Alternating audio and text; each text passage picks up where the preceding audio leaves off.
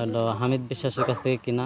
এখানে গাছ লাগানো ছিল, এই গাছগুলা সম্পূর্ণ গাছগুলা এই আকাশ ইরান এরা লোকজন দিয়ে আর তাদের সন্ত্রাসী বাহিনী দিয়ে এখান থেকে সমস্ত গাছ কাটি নিয়ে যায়।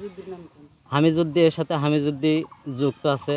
তো যেদিনকে ভূমি অফিস থেকে তদন্তের জন্য আসে দুপুরবেলা, ওইদিনকে দুপুরবেলা ভূমি অফিস থেকে তদন্তের জন্য আসার পরে ভূমি অফিসারের সামনেই আমাকে পিটাইতে গেছিলো।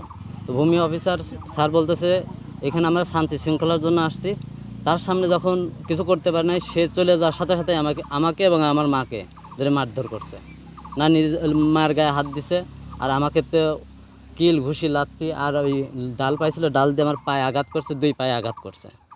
আর এই জমি তো সে আমরা ভোগ দখল করে আসতেছি 40 বছর ধরে।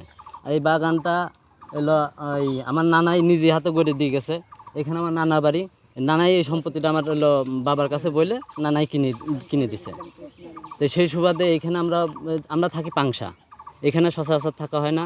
তো হুট করে এখন তারা দাবি করতেছে এই জায়গাটা তাদের, কিন্তু এই সম্পত্তি কিনা তার চাচার কাছ থেকে, এই দাগ কিনা তার চাচার কাছ থেকে।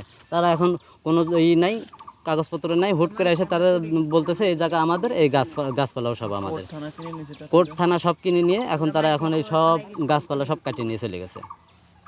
আপনারা কি চান? এখন আমরা সরকারের কাছে এখন আকুল আবেদন যে আমরা ন্যায্য বিচার চাই, যে আমাদের সঠিক বিচার, যে গাছগুলা কাটিয়ে নিয়ে গেছে এর হলো ক্ষতিপূরণগুলা, আর এতদিন যাবৎ আমাদের যে হয়রানি ভোগান্তি করতেছে এর যে একটা ন্যায্য বিচার, এটা আমরা চাচ্ছি।